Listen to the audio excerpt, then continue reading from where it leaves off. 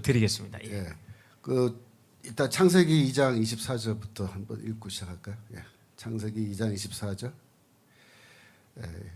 이러므로 남자가 부모를 떠나 그 아내와 연합하여 둘이 한 몸을 이룰지로다. 하나님께서 이제 둘을 만드신 다음에 이렇게 명령을 하셨잖아요. 그래서 이 가정이라는 것은 인간이 만든 제도가 아니고 하나님께서 직접 만드신 제도죠. 그러니까 하나님께서 직접 만드신 인간 사회 제도는 뭐 교회와 가정 이 두 개다 이렇게 얘기하는데, 이 원리가 신약 성경에서도 이제 그대로 이제 연결이 되는 거죠. 마태복음 19장 3절. 어떤 사람들이 이제 예수님을 찾아와서 물었어요. 그 아내를 내버리는 것, 이혼하는 것이 옳으냐.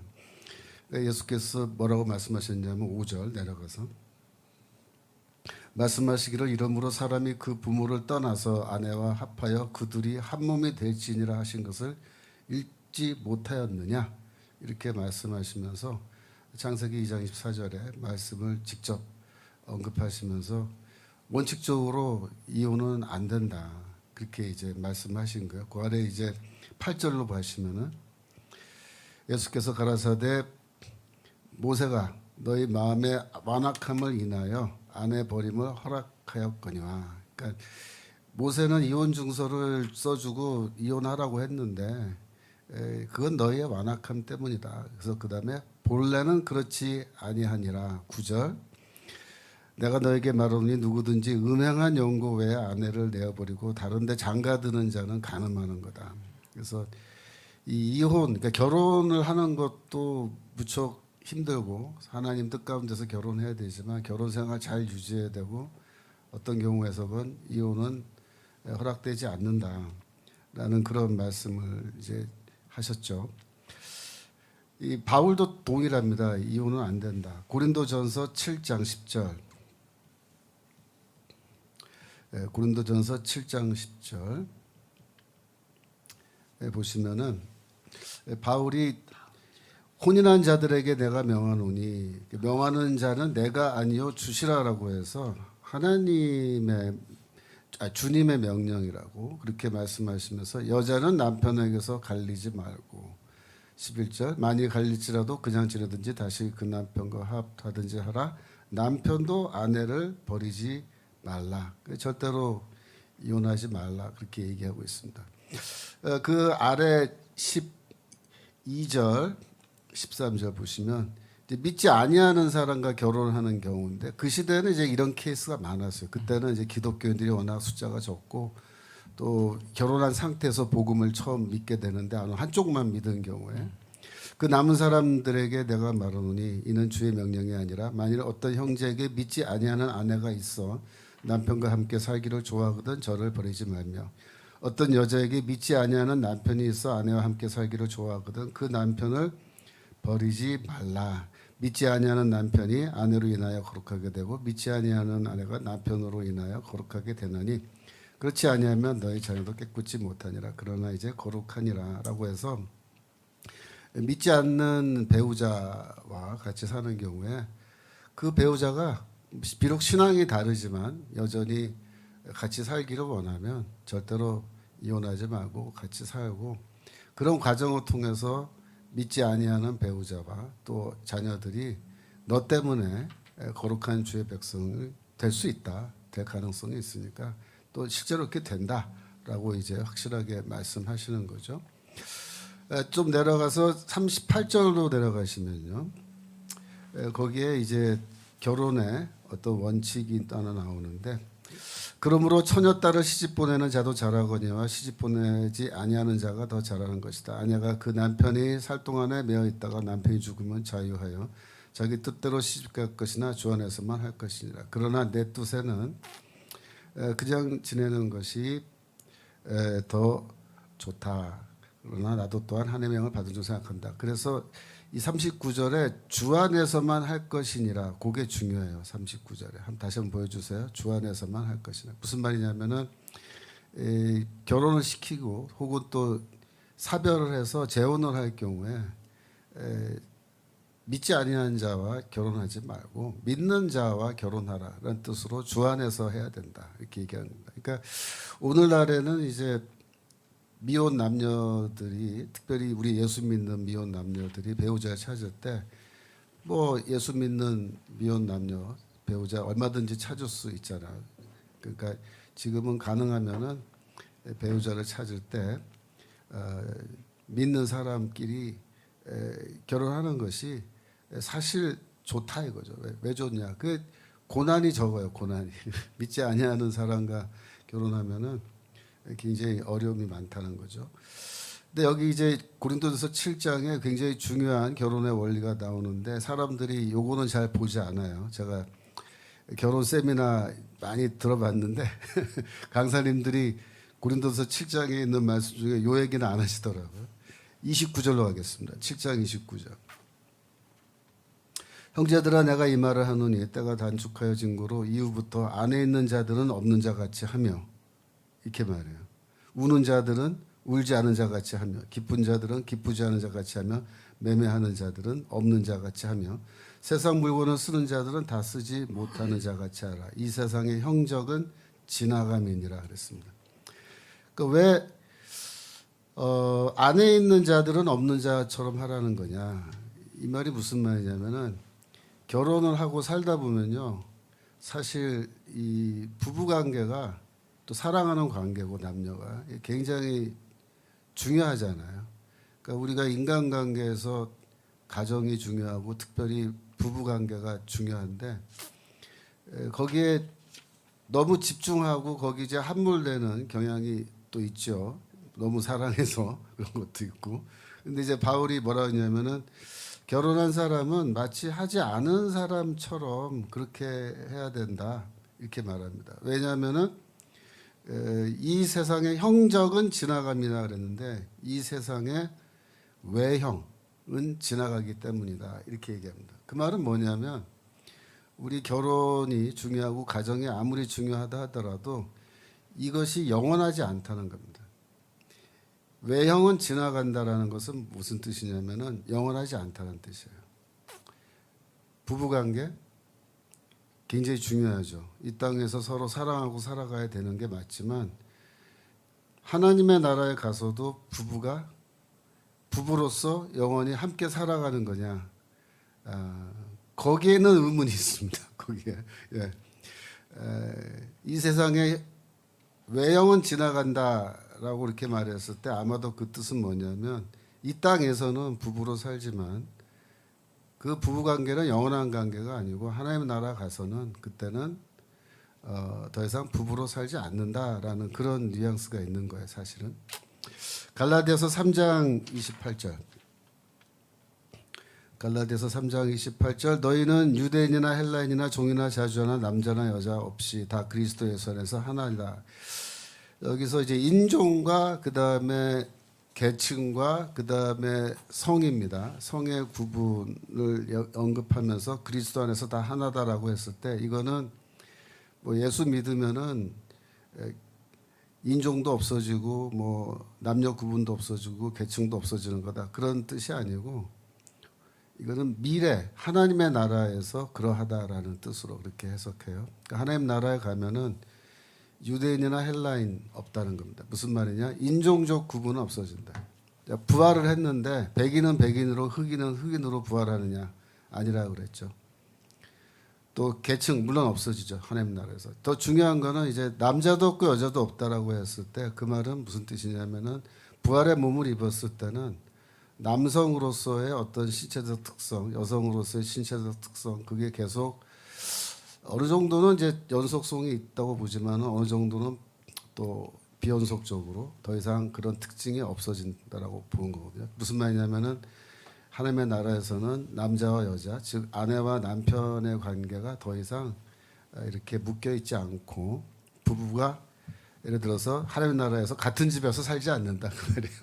그러니까 제가 교회에서 세미나 그거 설교할 때 이 얘기하면요, 그러니까 권사님들이나 장로님들 또 나이 많은 안수 집사님들한테 하나님 나라 갔을 때 부부가 계속 한 집에서 영원토록 같이 사는 것이 이게 하나님 나라에서 그런 게 있길 바라느냐 그렇게 여쭤보면요.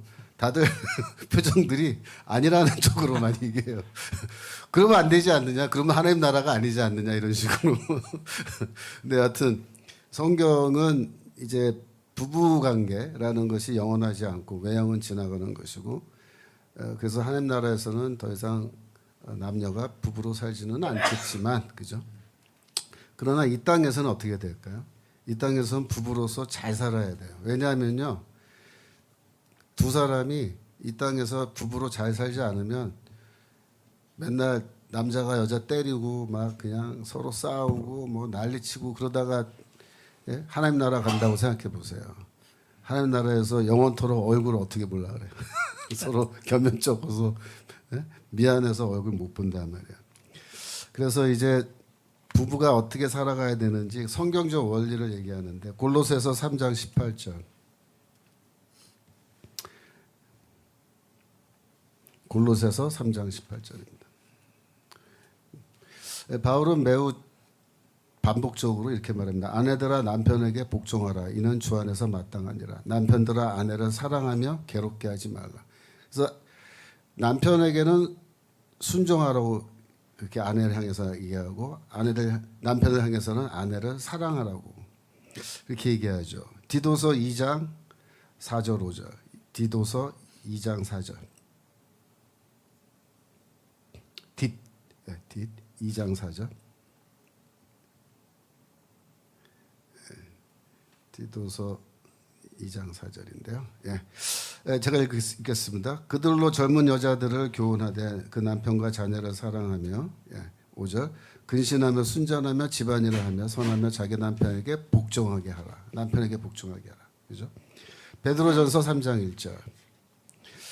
그러니까 바울만 그렇게 얘기한 게 아니라 베드로전서 3장 1절에서 베드로도 그렇게 얘기해요. 아내들아 이렇게 말하면서 아내된 자들아 이와 같이 자기 남편에게 순복하라. 이는 혹 도로 순종하지 않은 자라도 말로 말미암 좋고 그 안에 행위로 말미암아 구원을 얻게 하려 함이니라.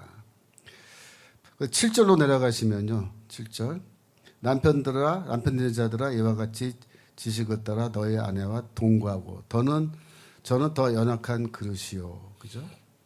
그러면서 귀히 여겨라. 이렇게 얘기합니다. 에베소서 5장 22절. 우리가 에베소서 5장이 제일 중요하겠죠. 아내들이여 자기 남편에게 복종하기를 주께 하듯 하라. 또 24절로 내려가면요. 교회가 그리스도에게 하듯 아내들도 범사에 그 남편에게 복종할지라. 복종하라는 말을 굉장히 많이 강조하는데 요즘에 이제 아내들이 잘 복종 안 하는 걸 넘어서서 요즘에 젊은 세대들은 또 페미니즘이 세단 말이에요. 그러니까 제가 이제 학교에서 저도 가르칠 때 저희 학교 학생들 중에도 페미니즘을 굉장히 좋아하는 여학생들이 있어요. 그래서 다른 교수님들이 수업 시간에 말 한마디 잘못했다가 굉장히 공격당하고 곤란한 상황에 처하고 막 그런 일이 많이 종종 이제 벌어지고 있어요 지금 학교에서. 그래서 여성들에 대해서 뭐 욕만큼이라도 뭐 저기 마음 상하는 말 하면요 그냥 뭐 가만히도 안 있어요 어떤 학생들이. 그러니까 이제 제가 남편에게 복종하라 이렇게 성경 말씀을 가르칠 때 이런 학생들을 대상으로 해서 제가 고민을 많이 합니다. 대체 어떻게 가르치면 얘네들한테 남편에게 복종해야 될 것을 설득을 해낼 수 있을까? 그래서 제가 연구를 하다가 이제 연구해서 방법을 알아냈어요. 근데 방법이 뭐냐면 그 파워포인트 제가 오늘 준비한 거 좀 보여주세요. PPT 곽재구라는 어떤 시인이 쓴 시예요. 복종이라는 시인데 제가 이 시를 예전에 그 중앙일보 그러니까 한 20몇 년 전 얘기예요. 중앙일보에 이 시가 실린 적이 있어요. 그래서 제가 이걸 읽었는데 이 시가 되게 웃겨요. 한번 읽어볼게요. 제가 밥을 먹다가 바로 앞 당신 생각으로 밥알 몇 개를 흘렸답니다. 왜 흘려요? 당신이 내게 물었지요. 난 속으로 가만히 대답했습니다. 당신이 주워 먹으라 하신다면 얼른 주워 먹으려고요. 이게 시예요. 제가 이거를 읽고 너무 어이가 없어가지고 뭐 이딴 시가 다 있나 이제 그랬는데요. 요 시 바로 아래에 시평이 실렸어요. 그 다음 페이지 보여주세요. 이 시평은 정호승이라는 분이 썼는데 제가 숭실고등학교 출신인데 정호승 시인이 저 고등학교 때 저희 국어 선생님이셨어요. 근데 이분이 학교 그만두고 등단하셔갖고 유명한 시인인데 이분이 시평을 썼는데 시보다 시평이 더 좋아요. 뭐라고 썼나 한번 읽어보겠습니다. 사랑은 아름다운 복종이다. 복종하면서도 기쁘고 행복해지는 일이다. 복종은 절대적 사랑의 역설적 표현이다. 야, 제가 이걸 읽으면서 무릎을 탁 친 거예요. 그때도. 야, 시는 별 볼 일 없는 시인데 밥알 떨어뜨리고 왜 흘려요? 뭐 당신이 주워 먹으라면 주워 먹으려고요. 이게 말도 안 되는 시인데요. 이 시를 해석하는 게 이게 진짜 기가 막힌 해석이에요. 복종을 통하여 비로소 내가 자유로워질 수 있다면, 당신에게 내가 복종의 노래를 부를 수 있다면, 당신에게 복종의 미소를 보여줄 수 있다면 나는 얼마든지 복종하겠다. 그래서 왜 복종하라고 가르치느냐? 사랑하기 때문입니다. 진짜 사랑하면요 복종하게 돼 있어요. 근데 사랑 안 하면요 백날 복종하라 그래도 복종 안 해요. 그래서 제가 수업 시간에 이 시를 읽어주고 정호승 시인의 이 시평을 제가 아예 강의 노트에 넣어서 아이들 다 나눠주고 같이 읽으면서 제가 이렇게 얘기해요. 남편에게 복종하는 게 맞다. 너희가 정말 남편을 사랑한다면 복종은 절대적 사랑의 역사적 표현 아니냐. 그러니까 복종한다. 우리가 그리스도를 왜 복종하냐? 그리스도께. 그리스도를 사랑하니까 우리가 복종하는 거다.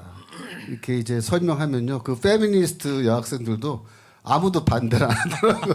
반발을 안 하더라고요. 제가 그래서 이거 잘 써먹고 있는데 20몇 년 동안 오늘 소개해드린다. 목사님들도 청년부 요즘에 학생들 중에 여학생들 중에 혹시 페미니즘 이거 좋아하는 애들 있으면 이렇게 얘기하면 잘 설득이 되지 않을까 생각합니다. 다시 에베소서 5장 25절 돌아가서요.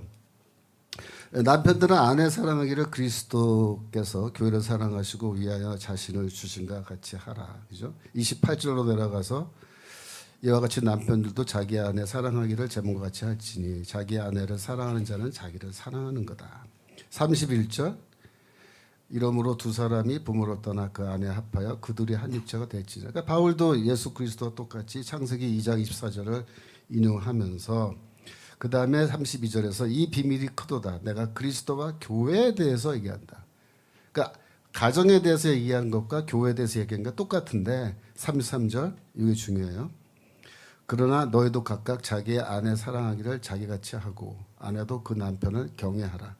여기서 아내를 사랑하라는 말과 아내를 향해서는 남편을 경외하라고 했는데 이게 존경하라는 말이거든요. 그 사랑과 존경인데 이 사랑과 존경이 사실 이 에베소서 33절에 이렇게 딱 나오는데요.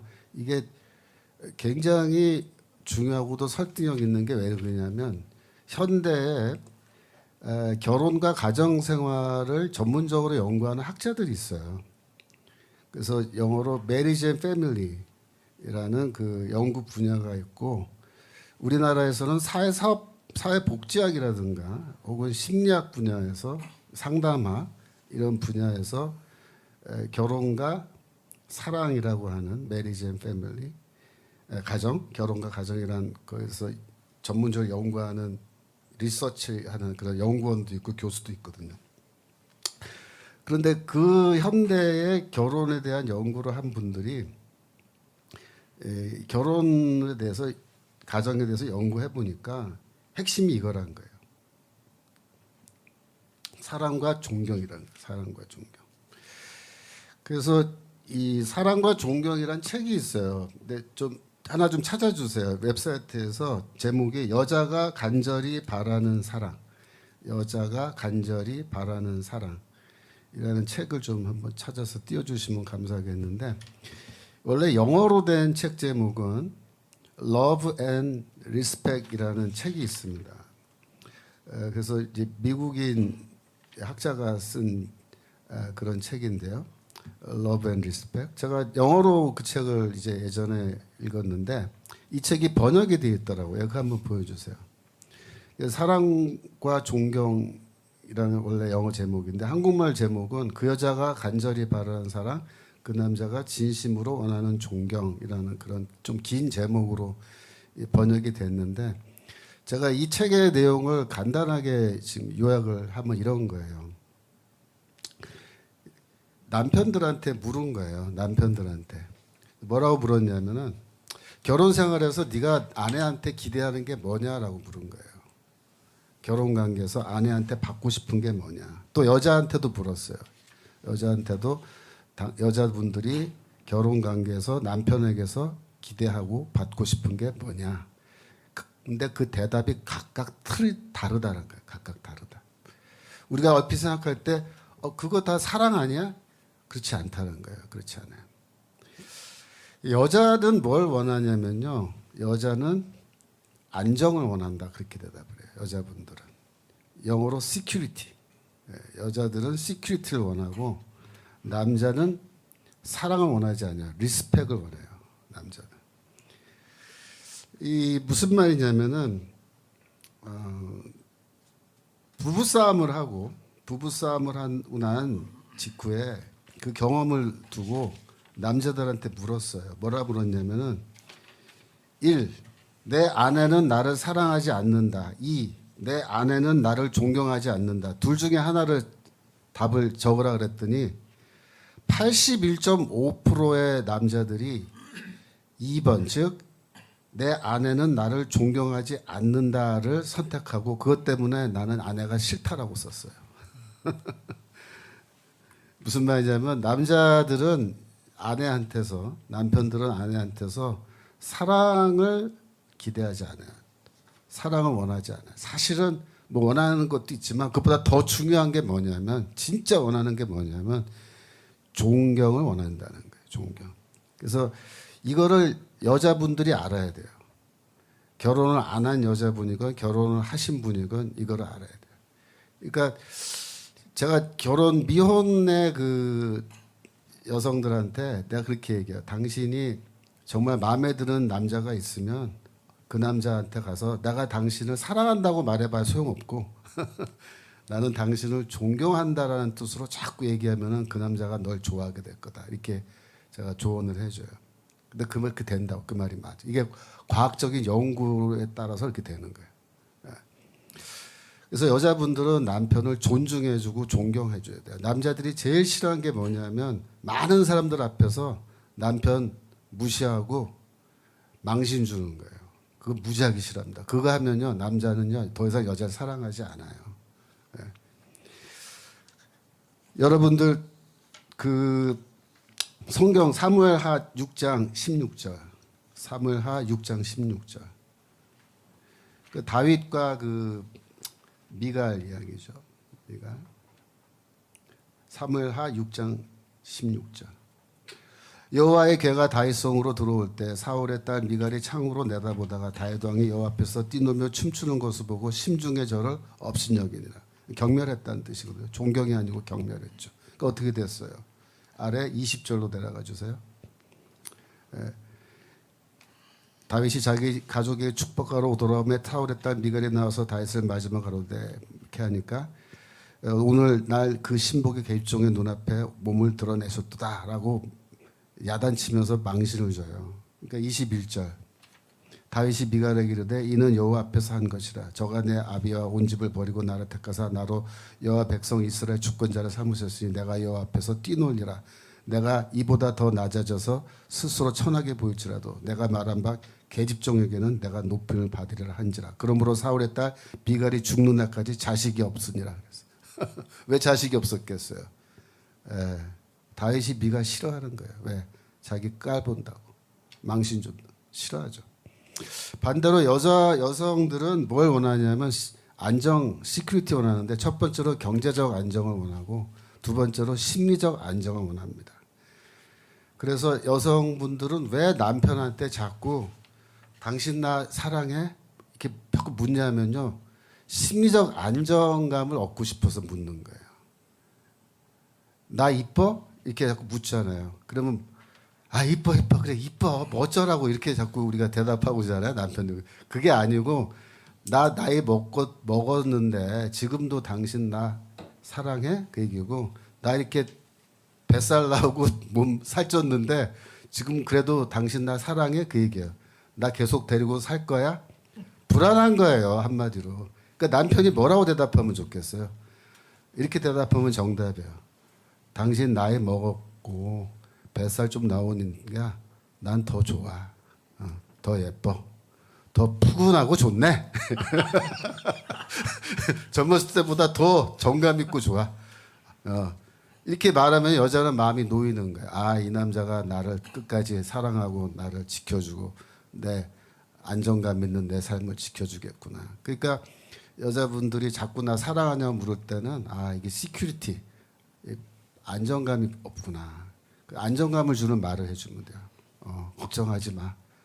당신 예뻐. 내가 당신 늙어 죽을 때까지 당신 내가 다 보호해주고 내가 다 지켜줄 거야. 그렇게 얘기하면 된다. 그래서 이 에베소서 5장 33절에 아내를 사랑하고 아내는 남편 존경하라는 게 이게 성경 말씀인데 이게 오늘날 메리지 앤 패밀리 가정과 결혼 전문가들이 연구를 하고 나서 발견한 거랑 정확하게 일치합니다. 이게 그래서 정말 성경 말씀이 진리라는 것이 다시 한번 확인되는 거니까요.